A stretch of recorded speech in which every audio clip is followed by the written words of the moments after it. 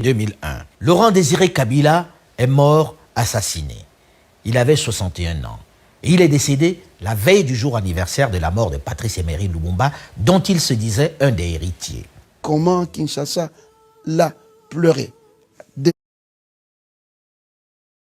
déferlé une évasion de la rue que jamais vous verrez dans la vie.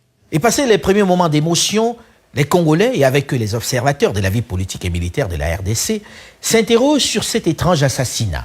Voici l'histoire telle qu'elle est racontée par le dernier témoin qui était dans la pièce lorsque s'est produit le drame. Nous préparions le sommet France-Afrique. Nous devions aller à Yaoundé. Celui qui vient de faire signe au chef de l'État s'appelle Rachidi Kasereka, un enfant soldat devenu l'un des gardes du corps du président Laurent Désiré Kabila. Émile Mota est assis en face. Là, moi j'étais en train de prendre note. J'entends le premier coup de feu. Je regarde, il tire encore une fois. La troisième fois il tire et puis il commence à sortir. Voilà comment ça s'est passé. Après avoir tiré sur le chef de l'État à 3 reprises, le jeune garde du corps s'enfuit dans les couloirs poursuivi par Émile Mota qui crie qu'il vient de tirer sur le musée.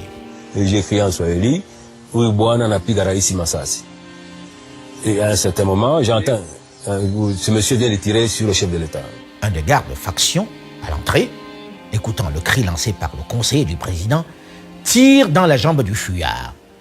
Ce dernier s'écroule net.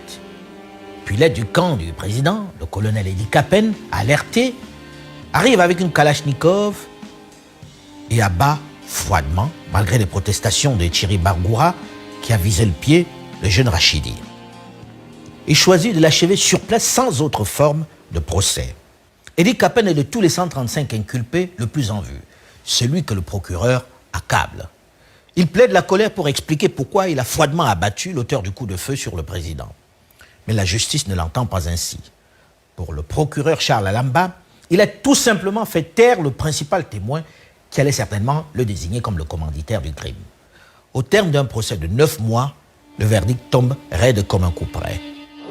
Le colonel Edi Kapen à la barre. La Cour le déclare coupable d'attentat contre la vie du chef de l'État, dit ne retenir aucune circonstance atténuante en sa faveur et le condamne pour cette infraction à la peine capitale.